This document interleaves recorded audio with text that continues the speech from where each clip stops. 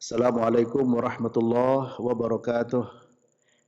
Innal hamdalillah nahmaduhu wa nasta'inuhu wa nastaghfiruh wa na'udzu billahi min shururi anfusina wa min sayyiati a'malina.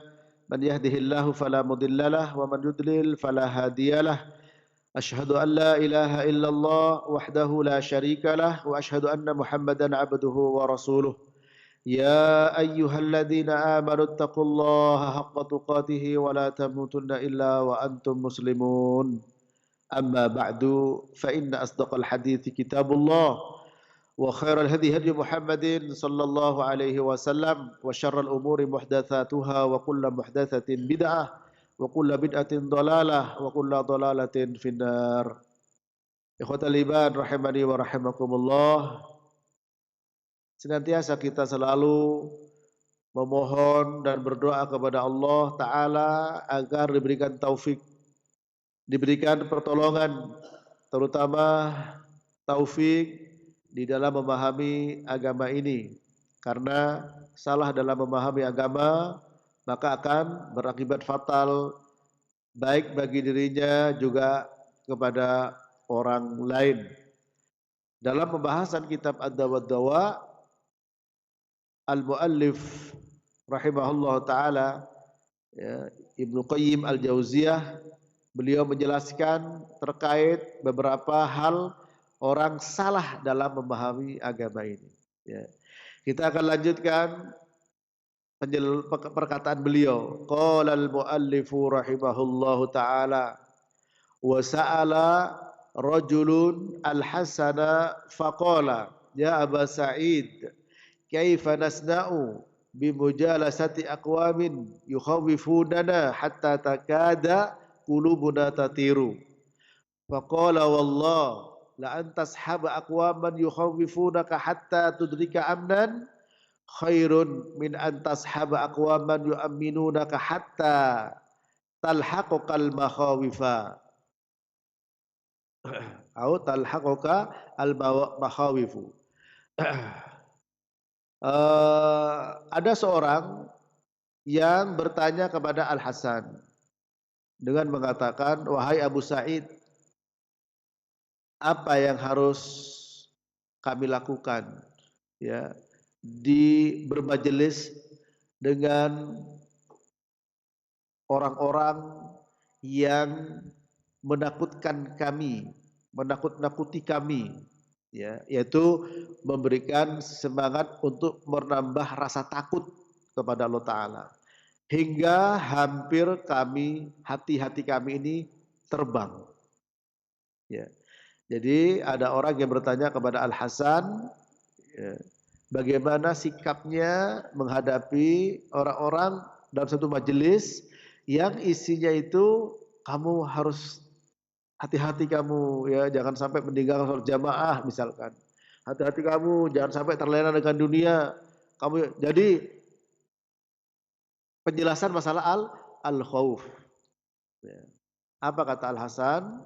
Demi Allah, sungguh engkau berteman, bersahabat dengan orang-orang yang senantiasa menumbuhkan rasa takut kepadamu hingga engkau akan mendapatkan keamanan. Itu lebih baik daripada engkau bersahabat dengan orang atau bersama dengan majelis orang-orang, ya, yang memberikan rasa aman kepadamu hingga nanti menghantarkan kamu kepada kengerian, ya. Nah, ini maksudnya apa? Maksudnya lebih baik mana, ya, sisi khauf lebih dominan sama sisi roja. Kalau sisi roja, wah sudahlah kamu jangan khawatir, enggak masalah berbuat dosa itu karena Allah Ta'ala Maha Pengampun, ya. Sekali-kali tidak sholat berjamaah tidak ada masalah. Bahkan ada orang yang mengatakan sama saya, Pak Ustadz, ya, saya pernah bertanya kepada salah seorang ustadz, di Jakarta ini sering macet Pak Ustadz. Bagaimana dengan sholat saya, terutama sholat maghrib ketika pulang kerja? Jawabannya, oh tidak masalah, ya, sekali-kali tidak sholat. Ini kan tenang aja, ini ya seperti ini. Ada juga, ini fakta, tanya sama saya pernah begitu, langsung. Pernah ada juga bertanya, ya Pak Ustadz,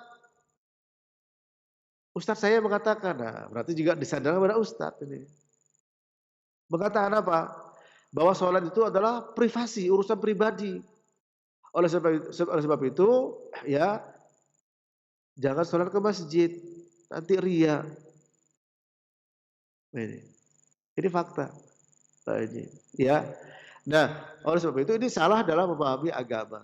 Ya, oleh karena itu ditanya Al Hasan tentang bermajelis dengan orang yang sering memberikan at-tarhib. Ya. Cuman memang antara at-tarhib wa tarhib ini harus seimbang. Antara al-khauf roja harus seimbang. Namun kalau ada at-targhib terus atau diberikan ini kamu tenang saja, tidak ada takhwif, tidak ada tarhib, ya tidak benar, harus seimbang antara itu. Tapi kalau ada orang yang selalu memberikan rasa aman, ya dengan orang yang selalu memberikan ketakutan terhadap kehidupan akhirat, maka tentu yang lebih baik adalah yang tadi. Cuman agama ini antara al-khauf dan ar-raja harus seimbang. Ya, di samping al-khauf juga ar-raja. Ya.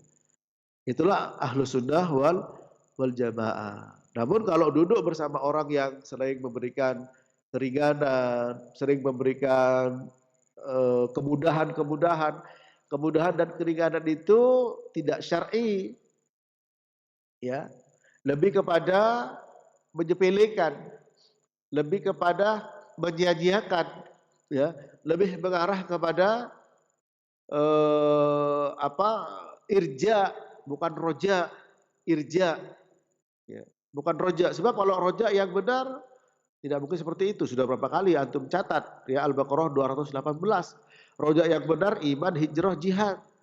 Roja yang benar imannya benar, hijrahnya benar, meninggalkan yang dilarang, mengerjakan yang diperintah, baru roja. Tapi dalam masjid ini irja. Oh tenang, Allah Ta'ala itu maha mengampun, ya. Rahmat Allah mengalahkan murkanya. Kamu masih alhamdulillah masih sholat. Banyak yang nggak sholat itu, lihat. Jangan khawatir. Kalau kamu terlalu khawatir, berarti kamu itu meremehkan rahmatnya Allah. Ini kasih rasa aman, ya. Bedakan dengan orang, hati-hati kamu. Amalmu semua akan dihisap. Akan ditanya kelak di padang mahsyar. Akan ditanya pertanyaan malaikat mungkar dan nakir. Maka duduk di bait seperti ini mana lebih baik? Yang kata Al Hasan yang pertama, ya. Nah ini para jemaah rahmat Allah. Kemudian beliau membawa hadis wa qad thabata fi sahihaini min hadithi Usamah bin Zaid qala sami'tu Rasulullah sallallahu alaihi wasallam yaqul yuja'u birrajuli yaumal qiyamah fayulqa fin nari fatandaliqu aqtabu batnihi fayaduru fin nari kama yadurul hibaru birahahu fayatufu bihi ahlud dari fayaqulun ya fulan ma asabaka alam takun ta'muruna ya alam takun ta'murna bil ma'ruf wa tanhana 'anil munkar fayaqulu kuntu amirukum bil ma'ruf wa la atihi wa anhaakum 'anil munkari wa atihi. Rawahul Bukhari wa Muslim. Ya, ini hadis yang sangat penting, ya.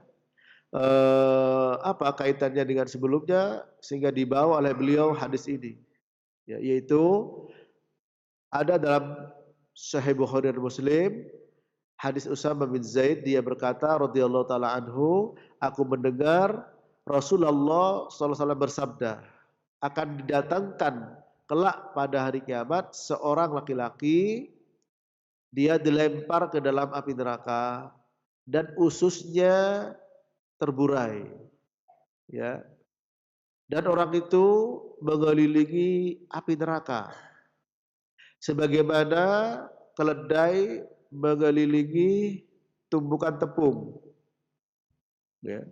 Dulu pakai himar untuk tebuk tepung, ya, untuk menggiling, ya. Ada pakai himar ya, pakai keledai untuk menggiling tepung. Nah itu dimisalkan orang ya dilempar api neraka, ususnya terburai dan dia menggiling neraka seperti keledai ketika menggiling tepung, birohahu. Kemudian ahli neraka yang lain mengelilingi orang itu dan berkata, wahai fulan, apa yang terjadi pada dirimu? Apa yang telah menimpamu? Bukankah engkau dulu menyuruh kami kepada kebaikan dan melarang kami dari kemungkaran? Orang itu mengatakan, dulu aku menyuruh kalian kepada kebaikan sementara aku melakukannya. Dulu aku menyuruh kalian kepada kebaikan sementara aku tidak melakukannya. Dan aku melarang kalian dari kemungkaran sementara aku melakukannya. Hadis sahih riwayat Imam Bukhari dan Imam Muslim. Nah, hadis ini ya hubungannya dengan sebelumnya apa, dengan kaitan dengan sebelum-sebelumnya ya. Ini adalah ditunjukkan ancaman-ancaman yang ada di dalam api neraka. Ancaman-ancaman nanti yang ada di alam barzah. Nah, seakan-akan beliau ingin memberikan bukti ya, fakta dari dialog antara seorang dengan Al Hasan tadi. Nah, ayat ini kan ayat-ayat menakutkan atau memberikan rasa aman, menakutkan, ya, menakutkan. Sehingga nanti akan timbul rasa aman dengan hati-hati. Nah, kebetulan di sini ya adalah seorang yang kerjaannya atau seorang yang memiliki aktivitas dakwah, mengajak orang, ya, baik itu ustadz atau para dai atau siapa saja yang mengajak kebaikan pada orang. Namun dia tidak mengerjakannya, mencegah orang dari kemungkaran, namun dia melakukannya. Atamuruna nasa bil birri, ya. Wa tansawna anfusakum afala taqilun. Allah Ta'ala berfirman, atamuruna nasa bil birri wa tansawna anfusakum wa antum tatluna kitab afala taqilun. Apakah ya, kenapa engkau menyuruh orang berbuat baik sementara kali engkau melupakan dirimu sendiri, ya. Dan engkau telah membaca Al-Qur'an, Alkitab, apakah kamu tidak ya, tidak berakal? Nah ini. Jadi ini menunjukkan yang pertama adab yang akan dialami oleh orang yang mengajak kepada kebaikan sementara dia tidak melakukannya. Dan orang yang mencegah dari keburukan sementara dia melakukannya. Nah, ini kan menakut-nakuti, ya. Maka duduk dalam majelis orang yang sering senantiasa memberikan kita ya rasa takut kepada azab di alam kubur, azab di akhirat, murka Allah, itu lebih baik. Nah, ini beliau bawakan ya hubungannya dengan sebelumnya. Namun kita bisa mengambil manfaat yang sangat besar di sini. Ya, padahal tidak ada perkataan yang lebih baik dibandingkan dengan orang yang mengajak kepada Allah Taala. Ya. Wa man ahsanu qawlan mimman da'a ila Allah wa amila salihan wa qala innani minal muslimin. Siapakah yang lebih baik perkataannya dibandingkan dengan orang yang mengajak kepada Allah, ya, wa amila salihan, dan dia beramal soleh, ya. Dan dia berkata, aku termasuk orang-orang yang berpasrah diri. Maka dakwah itu dikatakan baik yang pertama jika mengajak kepada Allah Ta'ala, bukan kepada kelompok, bukan kepada golongan, tapi kepada Allah. Yang kedua dikatakan baik kalau juga yang mengajak itu wa'amila solihan, dia juga beramal soleh, ya. Kalau tidak seperti ini, ngajak kepada kebaikan tapi tidak melakukannya, menyuruh kepada kemungkaran tapi melakukannya. Masuk kepada ini. Kalau orang mengajak kepada kebaikan dan melakukannya, dia akan dapat kebaikan seperti pahala orang tadi. Man dalla ala huda falahul ajru mithlu ujuri man tabi'ahu wa la yanqusu dzalika minhu syai'a. Orang yang menunjukkan kepada kebaikan, dia akan mendapatkan pahala seperti orang yang melakukannya tanpa terkurang sedikit pun.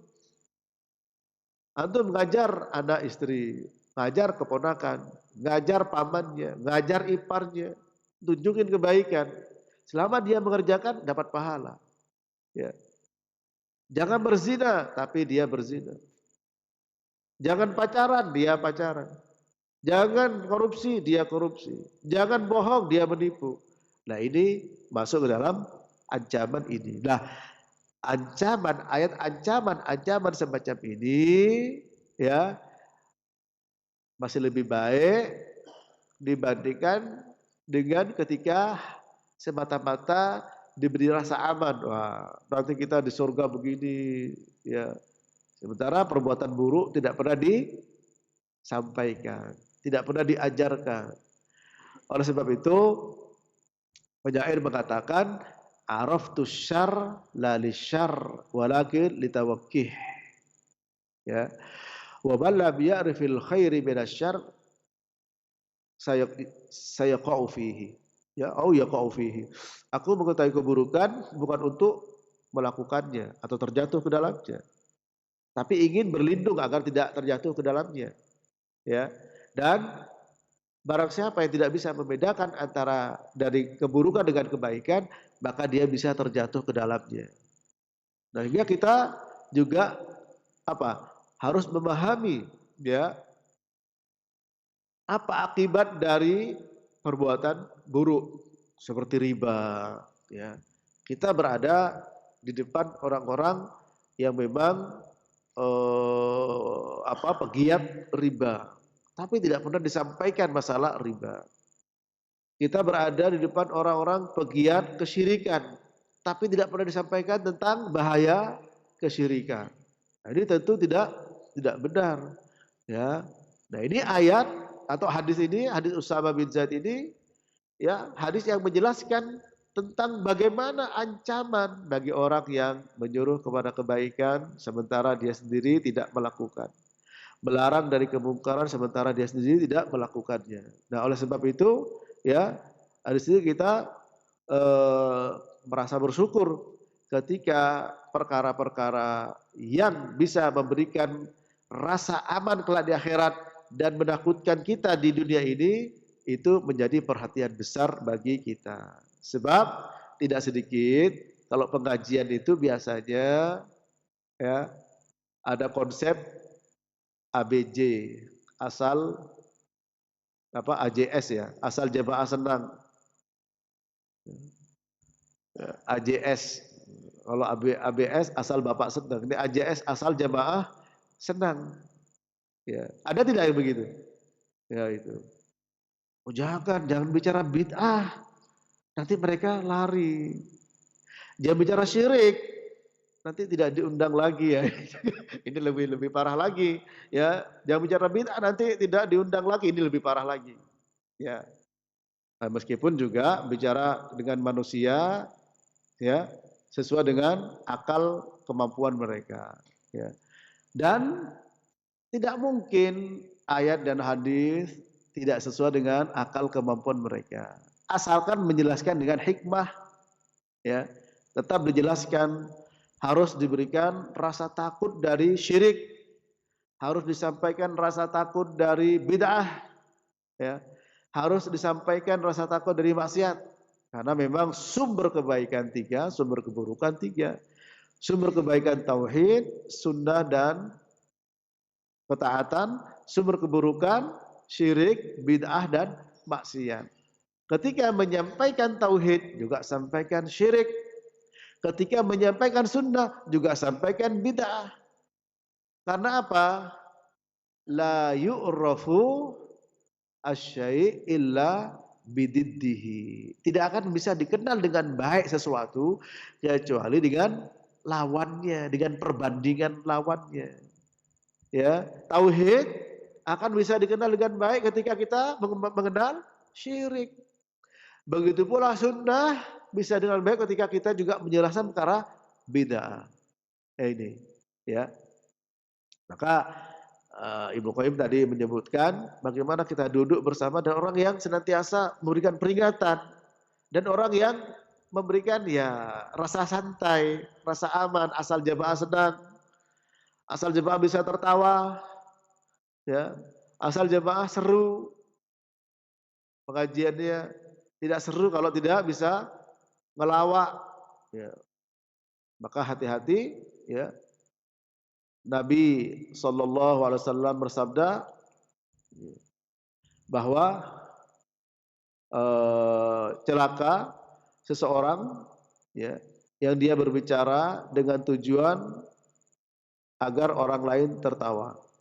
Wailul lilladzi, ya, yuhadditsu bil hadis, ya. Celaka bagi orang yang berbicara dengan satu pembicaraan liyudhika bihil qaum fayakdzib wailul lahu wailul lahu.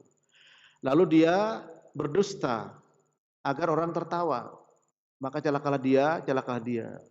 Hadis riwayat Imam Tirmidzi. Sekarang orang terkadang membawa riwayat-riwayat yang tidak ada sanadnya. Riwayat-riwayat yang konon dicampur aduk agar orang tertawa. Lah ini semua kedustaan-kedustaan seperti itu. Wailul lilladzi yuhadditsu bil hadits liyudhika bihil qaum fayakdzib wailul lahu. Rawahu Tirmidzi. Celakalah seseorang yang berbicara dengan satu pembicaraan, ya, dengan tujuan orang tertawa. Lalu dia berdusta, berbohong. Nah, ini berbohong dengan mengarang-arang cerita, berbohong dengan membawa kisah-kisah yang memang tidak ada faktanya, konon dicampur aduk dengan berbagai macam agar orang tertawa. Maka dikatakan wailul, ya, wail. Ya, wail itu adalah juga salah satu jurang yang ada dalam api neraka yang maknanya celaka. Ini, ya. Kemudian tertawa, rasa aman. Ya. Maka lebih baik duduk berada di majelis orang-orang yang selalu membuat kita menangis, ya, takut. Kita lihat bagaimana respon sahabat ketika Nabi beliau menyampaikan lau ta'lamuna ma a'lamu la dhahiktum qalilan la bakaitum katsira. Kalau kalian tahu apa yang aku tahu, maka kalian akan sedikit tertawa dan banyak menangis. Langsung kedengaran, ya, ingus, ya, bunyi hidung dari sahabat-sahabat itu. Langsung kedengaran seperti itu. Ini respon yang begitu tinggi dari generasi yang memang tingkat imannya begitu besar. Nabi cuma bersabda, seandainya kamu tahu apa yang aku tahu, kamu sedikit tertawa dan banyak menangis. Nah, ini. Sehingga apa? Di antara sahabat sampai mengatakan, ya Rasul, ya Hamdulillah, kalau aku berada di majelismu, seakan neraka dan surga ada di depan. Ya, setelah aku pulang ke keluarga, ya hilang lagi. Apa kata Nabi? Saatan-saatan. Ini menunjukkan bahwa seperti itu majelis, membuat hati tersentuh, ya. Seperti Al-Irbad bin Sariyah, beliau mengatakan, wa'adana Rasulullah sallallahu alaihi wasallam mau'idatan wajilat minhal qulub, ya, wa darafat minhal uyun. Faqulna ya Rasulullah ka'annaha maudi'u muwaddi'in fausina. Apa kata Al-Irbad bin Sariyah? Nabi memberikan mau'idhah, ya, memberikan nasihat kepada kami, di mana nasihat itu membuat hati bergetar orang yang mendengarkan dan membuat air mata bercucuran orang yang mendengarkannya. Nah, ini lebih baik daripada sekedar majelis yang hanya menenangkan kita, apalagi majelis-majelis yang penuh dengan tertawa, ya. Dikatakan ini majelisnya orang awam. Ya, sampai kapan orang awam ditertawakan terus? Ya, sampai kapan? Ya. Terus kapan mau menggiring orang awam bisa meneteskan air mata dalam majelis? Setelah itu menetes air matanya ketika kesendirian, ada asar pengaruh dari majelis itu, ya, sehingga dia ingat kepada Allah Taala. Rajulun dzakarallaha khaliyan fafadat ainah, seorang yang ingat kepada Allah ketika sendiri, kemudian air matanya mengalir. karena takut ya, kepada adab Allah, khawatir akan amal-amal ibadahnya, khawatir akan perbuatan-perbuatan di masa hidupnya. Nah, semua itu hasil dari satu majelis yang disampaikan kepada mereka ayat-ayat ancaman, ayat-ayat yang menunjukkan peringatan, di antaranya seperti ini. Ya, nah, ini berlaku bagi ustadz, terutama dai, dan setiap kita adalah juga dai. Ya, mengajak kepada kebaikan.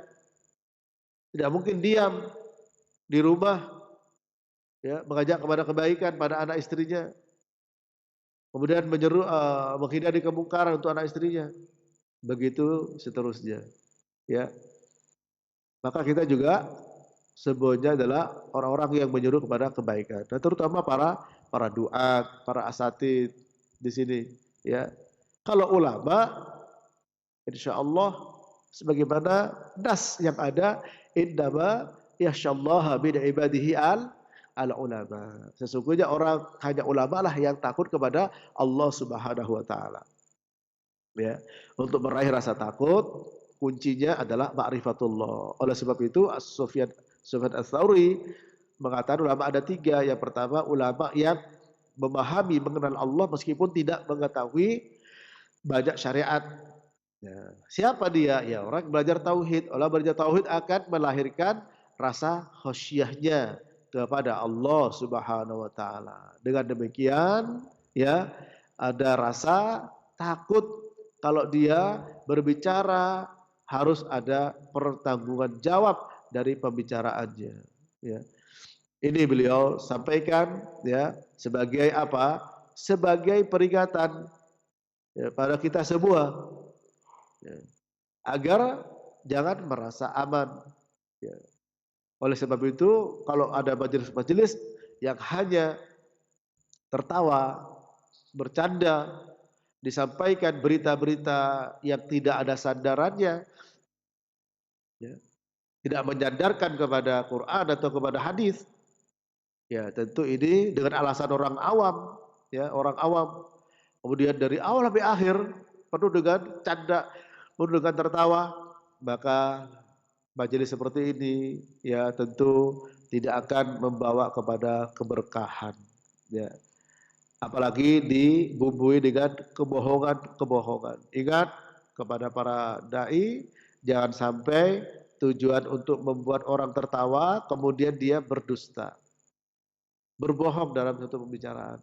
Entah berbohong yang dibawa kisah-kisah bohong, ya, atau cerita-cerita yang memang diada-adakan. Nah ini.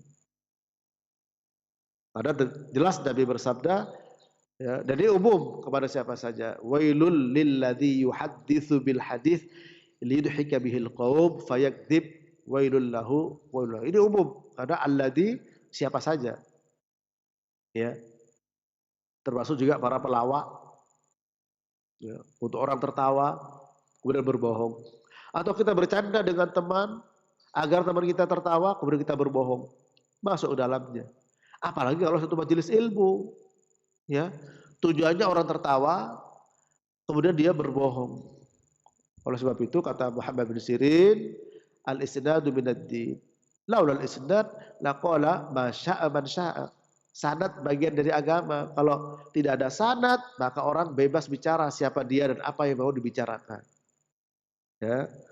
Sebab itu dalam majelis ilmu ya tentu harus menyandarkan kepada Nabi dan tidak boleh berdusta atas nama Nabi. Maka daba alayya muta'ammidan falitabawwa maq'adahu minan nar.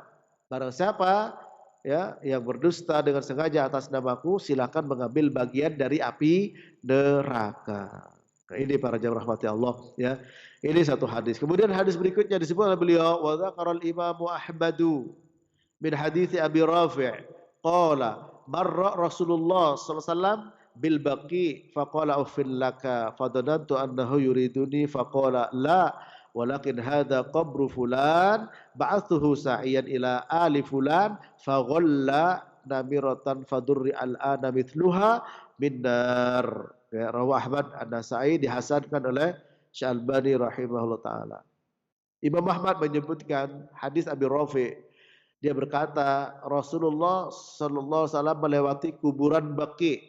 Lalu beliau berkata, "Ufin laka," kepada Abi Rafi, ya. "Tahanlah kamu." Kata Abu Rafi, "Aku kira beliau perlu sama saya." Lalu Nabi bersabda, "Oh tidak, akan tapi kuburan fulan ini, ya. Aku dulu mengutus dia kepada alu fulan, ya, kepada kabilah fulan, lalu dia curang, ya, gish, ya, curang. Curangnya berupa apa? Berupa kain, ya. Nabi rotan itu kain. Lalu sekarang ini dikalungkan kepadanya neraka. Nah, ini juga apa? Termasuk dari ancaman-ancaman. Ya, berikutnya juga begitu, hadis tentang sisa kubur, ya, hadis tentang ketika Nabi Isra. Jadi apa? Majelis ilmu itu harus menyampaikan hal-hal yang menakutkan kita, memberikan rasa takut kepada Allah Ta'ala, memberikan rasa takut kepada azabnya. Terkadang ya hadis Isra Mi'raj yang seharusnya takut tapi bisa tertawa. Ada tidak? Seharusnya hadis hisab kubur yang seharusnya bisa menimbulkan rasa takut dan bisa jadi menangis tapi bisa tertawa terbahak-bahak. Ya, kadang ditambah-tambahi, ya. Dikatakan malaikatnya takutlah.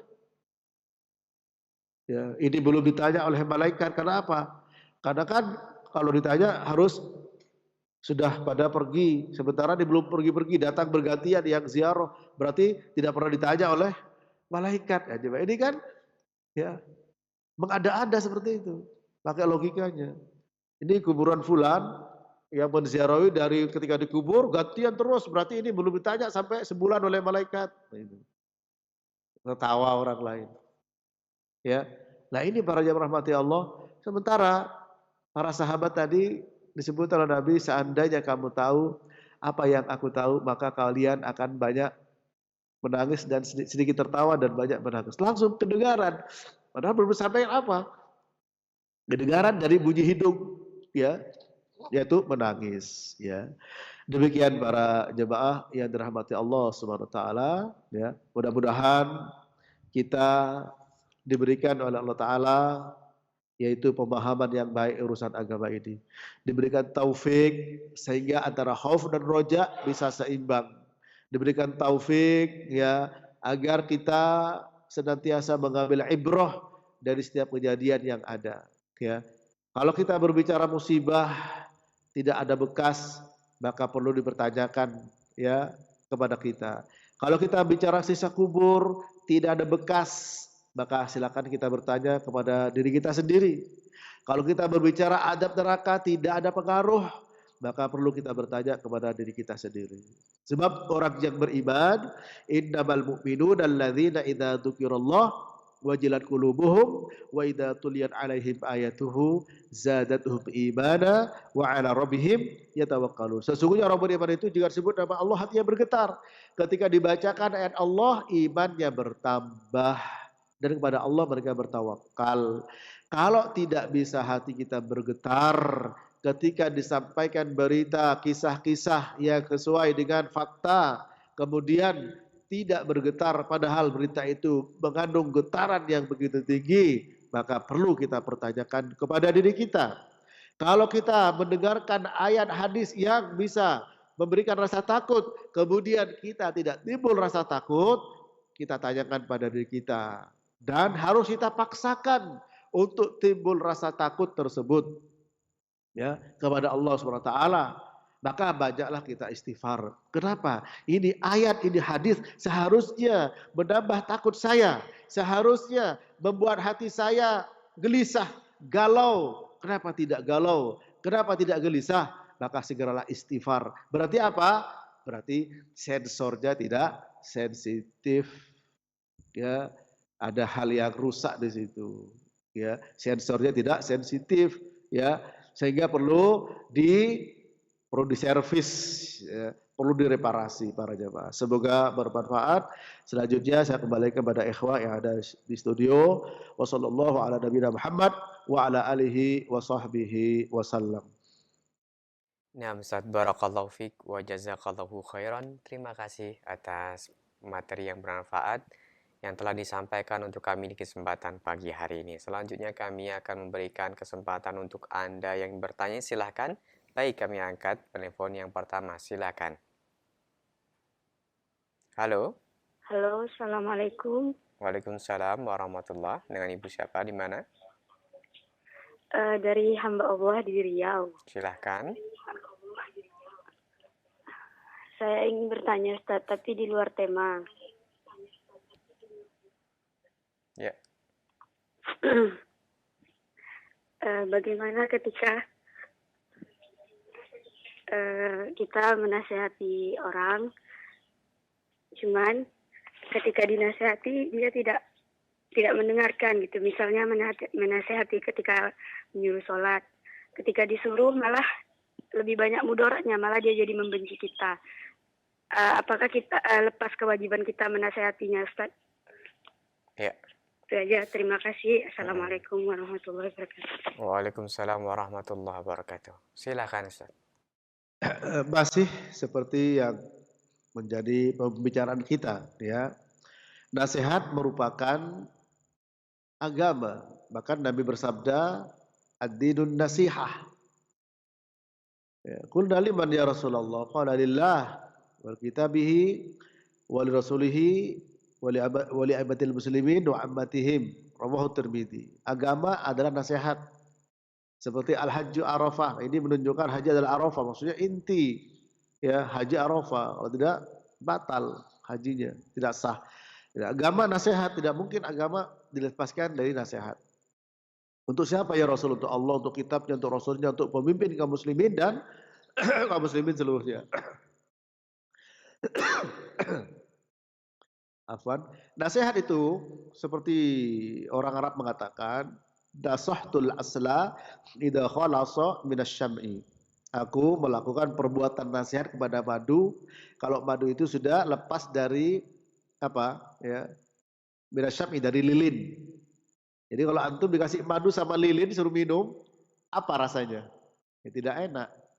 Tapi kalau sudah lilinnya dipisahkan, kemudian madunya diminum, nah ketika proses melepaskan lilin dari madu itu nasohah, ya nasohah. Maka madu yang sudah murni, ya lepas dari kotoran, lilin, tawon dan sebagainya, itu adalah an-nasihah. Jadi an-nasihah itu maksudnya al-khulus, kemurnian. Nah, maka kalau orang dikasih nasihat, artinya dikasih madu pada hakikatnya. Tapi banyak orang menganggap madu sebagai racun. Kenapa? Karena hatinya sudah terbalik. Ya, kalau hati terbalik melihat sesuatu selalu terbalik. Ya, sehingga apa? Melihat bayangan itu terbalik semua.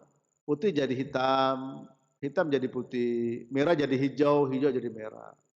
Nabi bersabda sallallahu alaihi wasallam, tu'radul fitanu 'alal qulub ka'ardil hasir udan uda fa qalbin ushribaha nukitat fihi nukitatun sauda wa qalbin ankaraha nukitat fihi nukitatun bayda hatta ta'udal qulub ala qalbain qalbin abyad qalbin aswad kalquzi mujahiyan la ya'rifu ma'rufan wa la yunkiru munkaran illa ma asyraba min hawa wa qalbin abyad la tadurruhu fitnatun ma damatis samawati wal ard.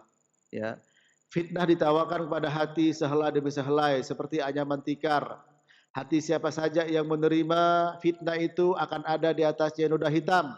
Hati siapa saja yang menolak akan ada di atasnya noda putih. Sampai hati terbagi jadi dua. Hati yang hitam seperti apa? Belanga hitam yang terbalik. Sehingga tidak bisa mengenal yang ma'ruf dan tidak bisa mengingkari yang mungkar kecuali selalu mengikuti hawa nafsu. Dikasih tahu masalah sholat malah marah-marah. Diberitahu untuk menutup aurat, ya malah kamu ini ya mengikuti apa? Orang Arab ini.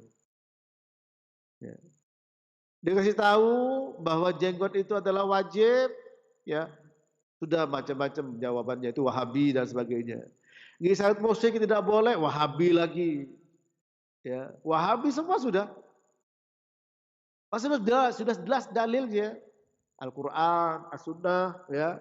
Sudah jelas, muhkam. Itu. Nah, kenapa? Karena hati terbalik.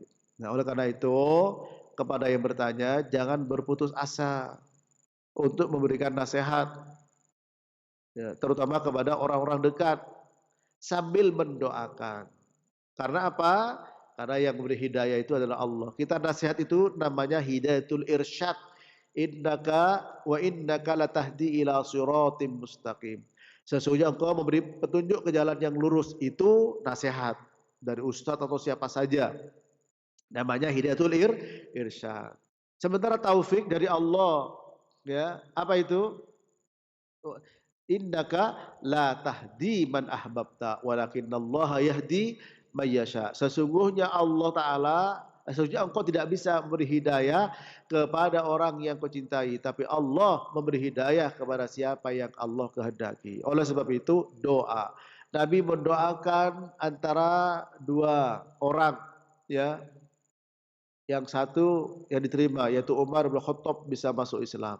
Ya, Nabi mendoakan ibunya Abi Hurairah, kemudian Allah kasih hidayah. Maka doa jangan sampai dilalaikan, tidak hanya sekedar menyampaikan saja. Oleh karena itu para masyayikh selalu mendoakan ya murid-muridnya. Di antaranya ketika menyampaikan i'lam rahimakallah, ya. Ayyuhal ikhwah rahibani wa iyyakum. Itu semua doa. Ya. Para masyayikh, ya. Para jamaah yang dirahmati Allah, nah, itu sebuah doa. Ya, semoga Allah merahmati kita dan Anda semua. Itu adalah doa. Kenapa? Karena doa itu pertama bagi orang bagaimana dia dapat hidayah. Kemudian disampaikan, ya, disampaikan itu nasihat, ya. Maka sampaikan nasihat, jangan berputus asa. Tapi kalau memang melihat madorotnya lebih besar, ya tahan dulu. Ya, silakan mendoakan untuk dia. Demikian. Allahu a'lam bishawab. Iya Ustaz, barakallahu fiik wa jazakallahu khairan. Terima kasih atas jawabannya. Semoga menjadi nasihat dan pencerahan untuk kita semuanya. Berikutnya kami angkat kembali. Halo. Assalamualaikum warahmatullahi wabarakatuh. Waalaikumsalam. Dengan siapa ini? Di mana? Dengan hamba Allah di Bogor. Silahkan. Iya. Assalamualaikum Pak Ustadz. Waalaikumsalam. Iya, saya mau tanya ya. Penting mana menghadiri majelis atau maksudnya majelis-majelis talim dengan belajar Al-Quran? Majelis apa? Kawin? Iya, maksudnya menghadiri ceramah-ceramah gitu di musola-musola atau di masjid-masjid dengan belajar baca Al-Quran. Oh ya, Assalamualaikum warahmatullahi wabarakatuh. Waalaikumsalam warahmatullahi wabarakatuh. Silahkan Ustaz. Kalau kita berbicara mana yang lebih baik, belajar baca Quran atau mendatangi majelis ilmu? Kalau kita mana yang lebih baik, kembali kepada kondisi masing-masing pada saat itu, ya. Kedua-duanya baik karena satunya baca, satunya paham, ya. Dan dalam beragama tidak hanya baca saja, tapi juga paham. Ya. Dan orang paham juga pasti baca. Namun kalau baca Quran memang harus ada aturannya. Sehingga dikatakan khairukum man ta'allamal Qur'ana wa 'allamahu. Sebaik-baik kalian adalah yang belajar Quran dan yang mengajarkan Quran. Ya. Di sini belajar Quran dan mengajarkan Quran maknanya mutlak. Karena fi'il itu yufidul itlaq. Ya, fi'il memberi faedah mutlak. Artinya mutlak apa? Bisa belajar Quran dengan membaca Quran, belajar baca Quran dan juga memahami isi kandungan Al-Quran. Ya, khairukum man ta'allamal Qur'ana wa 'allamahu. Dia belum bisa baca Quran sama sekali. Sama sekali. Kemudian dia belajar tafsir Ibnu Katsir, ya, enggak pas. Dia belum belajar, nggak bisa baca Quran. Kemudian dia belajar di majelis ilmu tentang kaifiat sholat. Mana yang lebih dulu? Belajar baca Quran atau kaifiat sholat? Ya sholat. Ya, nah, kemudian direncanakan untuk mempelajari baca Quran. Ya, jadi ini sama-sama baik. Maka kalau berhadapan antara kebaikan, kaidah yang pertama adalah al-jab'u in amkan. Ya, dikumpulkan semua. Ya, mungkin di masjid itu ada 1 jam, di situ ada pelajaran baca Quran. Nah, seperti di sini sore ada pelajaran tahsin dan tajwid dan tahfidz. Pada maghribnya kita bertauhid sehingga dari yang itu sampai nunggu, ya. Nah, itu digabung kedua-duanya. Kalau tidak bisa ditarjih, mana yang lebih kuat kebutuhannya, hajatnya pada saat itu, ya. Oh, hajat saya belajar tauhid. Karena saya waktu untuk belajar Quran ada kesibukan, silakan. Oh, hajat saya kepada Quran karena waktu saya untuk belajar tauhid misalkan masih ini, sehingga bisa diatur waktunya, ya. Tidak kemudian melulu satu kemudian ditinggalkan yang lainnya, ya. Maka kembali kepada maslahah. Ya, kalau ini semua maslahah, idza tazahamatil masoleh, ya, yuqaddamul a'la minal masoleh. Apabila bertabrakan maslahat dan maslahat, kebaikan dan kebaikan, maka dikedepankan mana yang lebih banyak maslahatnya. Dan setiap orang, kullu ahadin adro binafsihi, setiap orang lebih tahu kondisi dirinya. Oh iya, pada saat ini saya nggak bisa sama sekali baca Quran, ya silakan. Ya, kemudian prinsip dalam beragama, ya, baca Quran maupun yang lain, perhatikan perkataan Abdullah bin Mas'ud. Kana ar-rajulu minna idza ta'allama asyra ayat lam yujawizunna hatta ya'rifa ma'anihinna wal amala bihin. Tidaklah seorang dari kami ketika mempelajari 10 ayat melebihinya sampai paham maknanya dan mengamalkan kandungannya. Paham dan amal. Tidak mungkin orang paham tanpa didahului dengan baca. Ya. Baca melahirkan paham, paham melahirkan amal. Dan kalau ketiganya bisa berjalan dengan baik, insya Allah melahirkan hafal. Maka konsep dalam kita belajar agama, baik baca Quran maupun majelis taklim tadi, ya, atau tahlil atau tahfidz, maka tidak lepas dari 4 konsep: baca, paham, amal, hafal. Nah ini, ya, demikian Allahu a'lam bishawab. Iya Ustadz, barakallahu fiik wa jazakallahu khairan. Semoga bermanfaat untuk yang bertanya dan kita semuanya. Berikutnya kami akan bacakan dari pesan singkat dari hamba Allah. Ustadz, saya mau bertanya, kakak saya menikah dengan lelaki non-muslim. Kakak saya selalu rajin beribadah, baik itu sholat wajib maupun puasa. Jadi bagaimana ya Ustadz? Apakah Allah akan menerima amal ibadah kakak saya ya Ustadz? Mengingat suaminya non-muslim, jazakumullahu khairan. Perhatikan di sini, ya. Tadi menikah dengan non-muslim, ya. Bukan dengan kafir, non-muslim. Ya. Maka di sini yang boleh menikah adalah laki-laki muslim dengan ahlul kitab. Ya, dengan ahlul kitab. Adapun wanita muslimah tidak boleh menikah dengan siapapun selain dengan orang Islam, ya. Buka dalam surat Al-Baqarah ayat 221, ya. Wala tunkihul musyrikin hatta yu'minu wala abdun mu'minun khairum min musyrikin walau a'jabakum. Jangan kalian menikahi orang-orang musyrik sampai mereka beriman. Orang beriman, hamba beriman lebih baik daripada orang musyrik meskipun menarik bagi kalian. Nah ini, ya. Jadi urusan pernikahan yang boleh, ya, kalau Islam tidak ada persoalan, ya. Kalau Islam bukan dengan orang Islam, laki-laki muslim, wanitanya ahlul kitab. Itu saja yang boleh. Ya, ahlul kitab itu Yahudi dan Nasoro. Kemudian Kalau laki-laki muslim yang perempuannya Hindu, Buddha, Konghucu, animisme, maka perkawinannya dengan sendirinya fasid, rusak. Ya. Begitu pula seorang muslimah menikah dengan siapa saja yang bukan agama Islam, maka pernikahannya rusak. Dengan sendirinya tidak sah. Ya, demikian. Pernikahannya tidak sah. Kalau tidak sah, maka masuk kepada perzinahan. Ya. Bagaimana dengan amal-amal kebaikannya? Ya. Maka amal-amal kebaikannya ya di sini apa ya?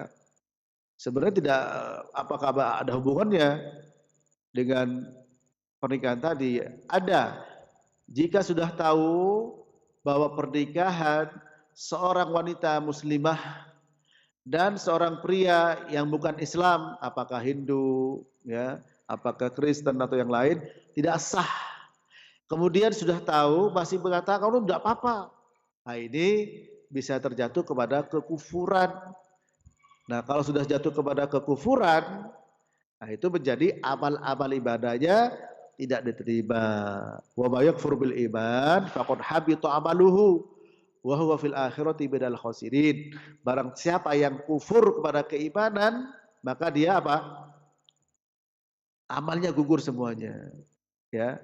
Maka kalau sudah sampai benar kufur, tapi kadang-kadang orang tidak tahu kalau itu tidak boleh. Kalau sudah tahu, sudah jelas dan paham tahu, masih diingkari, hati-hati terjatuh kepada kekufuran. Kalau terjatuh kepada kekufuran, maka amal ibadahnya akan gugur sia-sia semuanya. Ya, wa may yakfur bit-taghut wa may yakfur bil iman faqad habita amaluhu wa huwa fil akhirati minal khasirin. Orang yang kufur pada keimanan, termasuk iman apa? Iman bahwa tidak sah perkawinan wanita muslimah dengan laki-laki yang bukan Islam apapun agamanya selain Islam. Gitu. Ya. Dulu Ummu Salamah ketika mau menikah sama Abu Salamah, maharnya satu, apa? Masuk Islam. Ya, padahal kaya Abu Salamah tidak mau masuk Islam. Nah, ini. Demikian, maka hati-hati dengan nanti pernikahan tidak sah seperti itu, ya. Kecuali masuk Islam, ya sah demikian. Allahu a'lam. Iya Ustaz, barakallahu fiik wa jazakallahu khairan. Terima kasih atas jawaban-jawaban dan nasihatnya. Selanjutnya kami akan bacakan pesan singkat yang terakhir di perjumpaan ini karena terbatasnya waktu. Assalamualaikum Ustaz. Saya mau bertanya, bagaimana dalam satu pengajian Ustadznya mengajarkan bagaimana cara memasang sajen yang benar? Gimana cara menyikapi Ustadz tersebut? Apakah kita keluar dari pengajiannya saja atau bagaimana? Mohon nasihatnya, silakan. Ya, saya ulang ya, mudah-mudahan saya tidak salah. Bagaimana ketika menghadiri pengajian, ya ustadznya memperagakan bagaimana cara menaruh sesaji yang benar. Ini ustadz apa? Ini pengajian apa ini? Ini pengajian dukun, ya mungkin pengajian kalau para dukun ya memang kerjaannya. Tapi kalau mengatasnamakan ustadz, Pak Ustadz, di mana ada ajaran menaruh sesaji? Ya, di mana ada ajaran menaruh sesaji? Ya. Justru yang dilarang adalah menaruh sesaji, ya, dilarang dimakan. Wa ma dzubiha alan nusubi, ya, wa ma dzubiha alan nusubi, ya. Dalam surat Al-Maidah ayat ketiga, ya, di antara yang diharamkan oleh Allah SWT, hurrimat alaikumul maitatu waddamu walahmul khinzir wa ma uhilla liwairillah wal mudhariqatu dan seterusnya, wa ma dubiha alan nusubi, apa yang disembelih untuk dipersembahkan, itu sesaji. Masalahnya mungkin disebut ustaz karena pakai baju putih, itu ilmu putih. Kalau pakai baju hitam, peci hitam, ilmu hitam. Ya, padahal yang diajarkan tadi sesaji. Ya. Maka itu tidak boleh dimakan sesaji itu, dan untuk hukumnya haram, dan itu bisa menimbulkan kepada kesyirikan. Dan biasanya sesaji itu ditaruh di tempat-tempat tertentu. Bagaimana cara menaruh sesaji yang benar itu? Ya, dengan tujuan apa? Dengan tujuan itu dijadikan sesembahan, ya, dengan tujuan lain sebagai bentuk al-khudu' wa tadallul, menghinakan diri dan merendahkan diri. Karena apa? Berarti ada sesuatu yang diinginkan, ya entah itu kebaikan atau melindungi diri dari madorot. Itu namanya ibadah, ya. Itu ibadah, dan itu ibadah yang diperuntukkan kepada selain Allah. Dalam surat Al-Jin ayat yang ke-6, ya, Allah Ta'ala berfirman, wa annahu kana rijalun minal insi ya'udzuuna birijalin minal jinni fazaduhum rahaqa. Dulu ada sebagian manusia, ya, laki-laki dari manusia minta perlindungan kepada laki-laki dari jin, dan itu menambah sesat kepada manusia dan sombong kepada jin. Kalau ya tafsirnya, dulu orang di masa jahiliyah, orang Arab itu kalau lewat lembah-lembah itu pamitan sama yang bau rekso, yang jaga lembah, para jin. Nah sekarang juga demikian, ada lewat pakai mobil, nanjak nggak bisa, minta klakson pak, tet, baru bisa tanjak. Ya jinnya suka klakson di situ. Sesembahannya berarti klakson. Ada juga sesembahannya sesaji, mungkin telur, ya. Ada ya riwayat, ya. Syekh Bas mensahihkan, sebagian juga memberikan catatan, ya. Yaitu apa? Ada orang, sesuatu kaum punya berhala. Ada 2 orang lewat, dihalangi. Boleh lewat asal menaruh sesaji. Ya. Kemudian yang orang pertama mengatakan, saya tidak punya sesuatu yang untuk saya taruh sesaji itu. Oh enggak masalah, meskipun dengan seekor lalat. Nah ini ustadznya ngasih tahu gimana Pak Ustadz caranya naruh lalat ini di berhala kayak gitu. Ya. Nah ini taruh, ya. Kemudian apa? Mati. Masuk neraka, ya, orang tersebut. Yang satu saya tidak mau mempersembahkan sesaji apapun bentuknya, bahkan seekor lalat pun, akhirnya dibunuh dan dia masuk surga. Jadi kalau menghadapi majelis seperti itu, tinggalkan, ya, sebagaimana Allah Ta'ala berfirman, ya, yaitu apa? Idza sami'tum ayatillah yukfaru biha wa yustahza'u biha fala taq'udu ma'hum hatta yakhudu fi haditsin ghairih. Kalau kalian mendengar ayat-ayat Allah diperolok-olok atau diingkari, maka jangan duduk bersama dengan mereka sampai pindah dengan pembicaraan yang lain. Suruh tinggalkan, ya. Kalau tidak, idza misluhum, kalian seperti mereka. Nah ini masa ada pengajian memberikan penjelasan bagaimana menaruh sesaji yang baik. Coba bagaimana, ini pengajian apa gitu loh. Oh pengajian budaya Pak Ustadz. Oh pengajian apa namanya lagi? Ya. Apa ya istilah sekarang tuh? Dipoles dengan istilah apa itu? Kearifan lokal Pak Ustadz. Ini kearifan lokal harus dijaga. Bagaimana naruh sesaji kemudian diangkat dalam majelis ilmu. Majelis ilmu itu adalah majelis yang menjelaskan Al-Quran, As-Sunnah. Ya, sementara menaruh sesaji, tadi buka surat apa? Al-Maidah, ya, yaitu hurrimat alaikumul baitatu waddamu walahmul khinzir wa uhilla li ghairillahi bihi wal mudkhaniqatu wal maqudatu dan seterusnya wa madubiha 'alan nusubi. Itu haram dimakan. Ya, bahkan Pak Ustadz, di tempat sesaji itu tidak boleh kita korban di situ. Ya, korban di tempat yang dipakai biasa naruh sesaji. Pak Ustadz, sesaji itu adalah termasuk persembahan, ya, kepada zat selain Allah Ta'ala. Ya. Jangan beri kearifan lokal, itu kesyirikan, bisa masuk kepada kesyirikan. Kasihan umat, jangan selalu umat itu dibawa kepada kesesatan dengan berbagai macam istilah, kearifan lokal, jaga budaya. Betul adat dijaga selama tidak bertentangan dengan syariat, ya. Pakai muqayyad, yaitu tidak bertentangan dengan syariat, Dalilnya banyak memang. Wa'mur bil 'urfi wa'rid 'anil jahilin. Perintahlah dengan urf, dengan adat istiadat, ya. Wa asyirhunna bil ma'ruf. Pergauli istri sesuai dengan ma'ruf, dengan urf, dengan adatnya. Sehingga ada kaidah fikih, betul, dipakai bawa kemana-mana. Dianggap kita tidak paham dengan itu. Al-adatu muhakkamah malam tu khalif asyara. Tambahkan adat sebagai hukum selama tidak bertentangan dengan syariat. Anda pakai belangkon, boleh tidak? Boleh, gak ada masalah. Tapi kalau istri Anda pakai kemben, dilihat oleh orang sekampung, mau. Lu itu kan adat. Tapi bertentangan dengan firman Allah, ya ayuhan nabi, qul li azwajika wa banatika wa nisa'il mu'minin yudnina 'alaihinna min jalabibihin. Wahai Nabi, katakanlah kepada istri-istrimu, kepada anak-anak perempuanmu, dan kepada wanita beriman, agar mereka menjulurkan jilbabnya ke seluruh tubuh mereka. Jelas.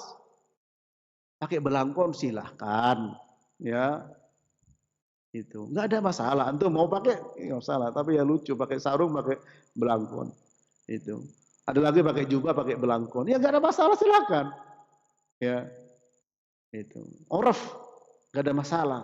Tapi kalau pakai kemben, beda antara belangkon dengan kemben. Itu. Kalau bukan Islam, ya silahkan. Kalau Islam, saya sampaikan, itu betul, itu adat tapi menyelisih syariat. Makanya ya, adat bersandingkan syarak, syarak bersanding kitabullah, harus pegang kuat-kuat itu. Ya. Jadi adat harus sesuai dengan syariat.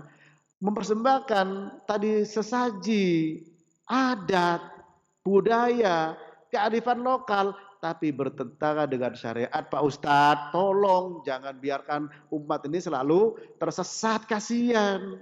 Ya, kenapa ini? Maaf, saya tambahkan.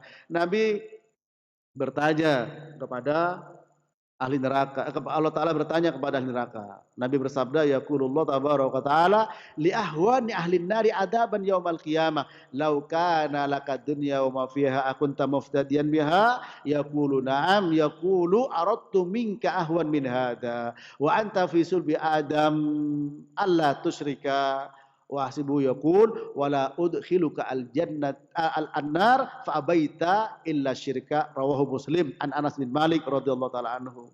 Nabi bersabda, Allah Ta'ala berfirman kepada penghuni neraka yang paling ringan. Apa kata Allah? Seandainya kamu punya dunia dan isinya, apakah kamu mau menebus siksa nerakamu yang paling ringan ini? Dia menjawab, iya ya Allah.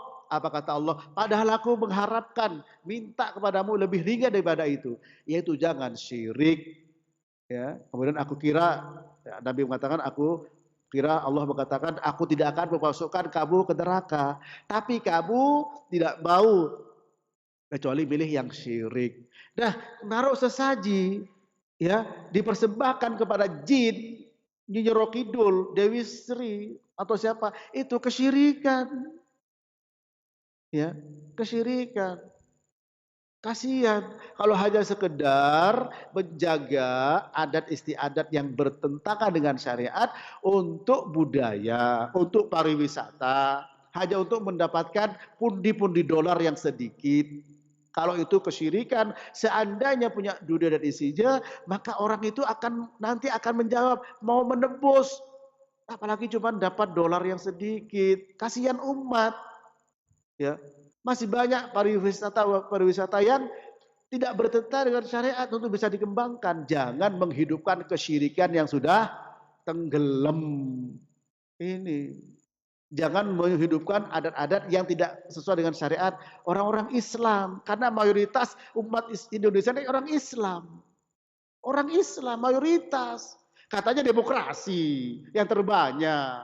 Kenapa? Ya, keimanan, keyakinan yang muhkam, yang jelas-jelas ya merupakan tidak ada timbul interpretasi lain kemudian ya diabaikan.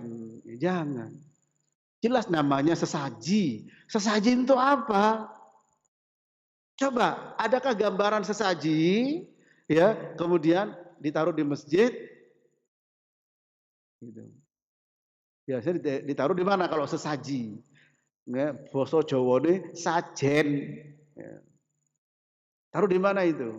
Biasanya di tempat-tempat yang anggap angker. Untuk apa? Satu, entah meraih kebaikan atau menghindari keburukan. Dari siapa? Dari yang dikasih sesaji. Allah butuh sesaji. Bukan Allah Pak Ustadz. Jin. Nah ini baru. Lihat surat jin. Namanya surat Al-Jin. Ayat yang ke-6. Ya. Demikian. Mudah-mudahan bermanfaat. Ini Masya Allah pertanyaan sangat baik. Ini banyak terjadi pada kaum muslimin. Ya. Maka itu atas nama Ustadz masalahnya. Ya. Sesaji atas nama Ustadz. Kalau atas nama dukun. Ya tetap kita sampaikan. Ya. Apalagi atas nama Ustadz. Ya. Baik. Ya. Mudah-mudahan kita semua dapat taufik. Jazakumullah khairan atas kebersamaan ikhwah dari subuh sampai sekarang di masjid. Kemudian juga para pemirsa Roja TV dan pendengar Radio Roja dan juga ikhwah yang dari studio, semoga kita diberikan istiqomah, taufik, pertolongan oleh Allah Ta'ala sehingga kita menghadap Allah husnul khotimah. Wa sallallahu ala nabiyina Muhammad wa ala alihi wa sahbihi wa sallam. Subhanakallahumma wa bihamdika asyhadu an la ilaha illa anta astaghfiruka wa atubu ilaik.